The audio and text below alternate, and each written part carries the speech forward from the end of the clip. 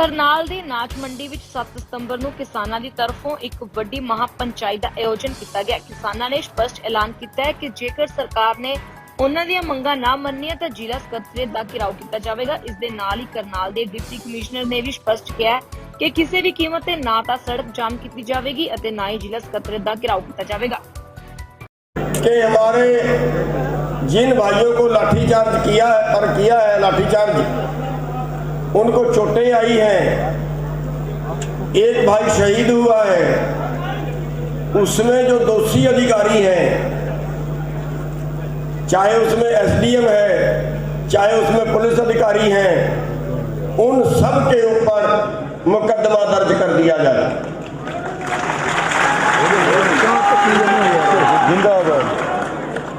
और इसका टाइम दिया है उनको 6 तारीख तक का, क्योंकि 5 तारीख की उत्तर प्रदेश के अंदर रैली है और आप सभी ने रैली में भी जाना है।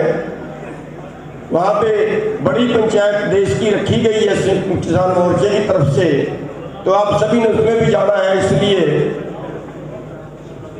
उस तारीख को टाल के 6 तारीख तक हम सरकार का इंतजार करेंगे और वरना 7 तारीख को फिर हम एक बड़ी पंचायत करनाल की अनाज मंडी में बुला के और यहाँ का जो प्रशासन है, सेक्रेटरीट है, उसका घेराव अनिश्चित काल के लिए कर देंगे।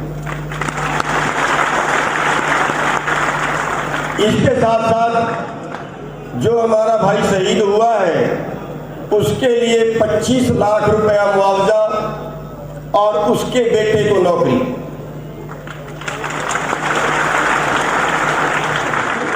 ये भी सरकार 7 तारीख तक 6 तारीख तक हमें क्लियर करके बताएगी।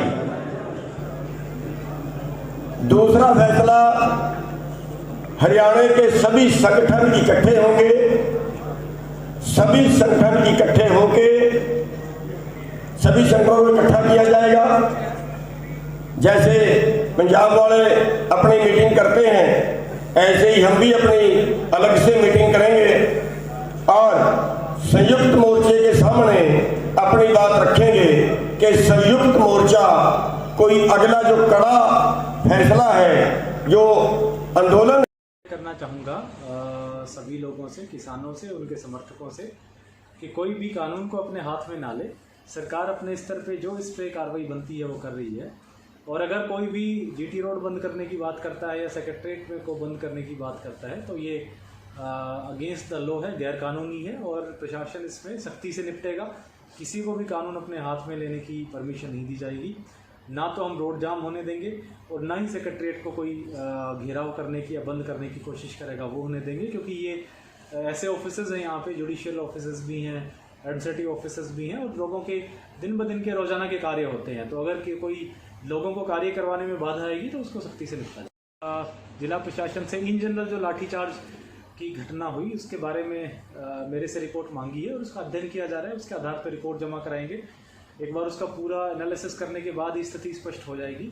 और हाउएवर अभी जो सिचुएशन है पीसफुल है और जैसे मैंने कहा कि किसी को भी कानून व्यवस्था हाथ में नहीं लेने चाहिए। सर, मानवाधिकार आयोग का भी आपको नोटिस आया है, एसपी साहब को भी नोटिस आया है, क्या कुछ उस नोटिस में कहा गया है और आपकी तरफ से उस पर क्या जवाब दिया जा रहा है? उसमें नोटिस में उसमें उन्होंने कहा है कि ये जो पूरी लाठीचार्ज की घटना हुई इसके बारे में अपने कमेंट्स भेजें, अपनी बात भेजें, क्योंकि उनको शिकायत पहुंची है कि कुछ किसानों पर लाठीचार्ज किया गया है। उसमें हमें 1 महीने का समय दिया गया है जवाब देने का, तो उसका भी जो हमारे ऑफिस में लीगल ऑफिसर्स हैं वो जवाब तैयार कर रहे हैं और जवाब जल्दी ही वहाँ मानवाधिकार आयोग में भिजवाएंगे। सभी इशू होनी बाकी है और उसमें भी एज अगेन, क्योंकि गवर्नमेंट की अगेंस्ट रूटीनली रिट्स काफ़ी फ्रिक्वेंटली डलती हैं और उसमें सरकार का प्रतिनिधि होने के नाते डीसी को पार्टी नेचुरली बनाया जाता है जिला स्तर पे, तो वो अगेन जो एजी ऑफिस है उसके संज्ञान में है और वो अपने स्तर पे उस पर कार्रवाई कर भी रहे हैं और जो सरकारी वकील है उसको डिफेंड भी। सर, किसान की मौत हुई है सुशील स्तर पे हमने उनकी रिक्वेस्ट डिमांड भेज दी है। मैं ये बात स्पष्ट कर दूं कि जो फार्मर है उनकी जो डेथ है वो बिल्कुल इसमें क्लियर हो चुका है कि उसका लाठीचार्ज से कोई संबंध नहीं था, क्योंकि फार्मर की जो डेथ है वो हार्ट अटैक से हुई थी। और चूँकि जितने भी किसान हैं खुद उन्होंने कॉल दिया था कि जिनको जो चोटें आई हैं वो अपना MLR कटाने के लिए सिविल हॉस्पिटल आ जाएं, और जो ये किसान है सतीश काजल जी, ये वहाँ नहीं पहुँचे। अगले दिन भी उनके द्वारा कोई MLR नहीं कटाई गई, ना ही उनके द्वारा कोई पोस्टमार्टम कराया गया। तो उससे स्पष्ट होता है कि वो जो मौत थी वो हार्ट अटैक से थी और इसका किसान लाठीचार्ज से कोई संबंध नहीं है।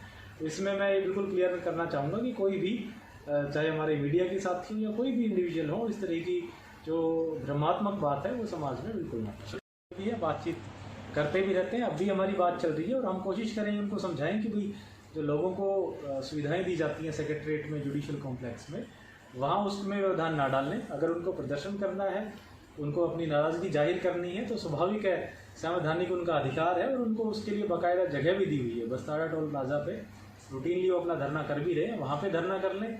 कोई और साइट चाहिए तो उसके लिए अप्लाई कर दें, हम उस पर भी विचार कर सकते हैं। बट अगर कोई सरकारी कार्य में बाधा डालता है, रोड जाम करता है, तो उसको फिर ऐसे में सख्ती से निपटा जाएगा।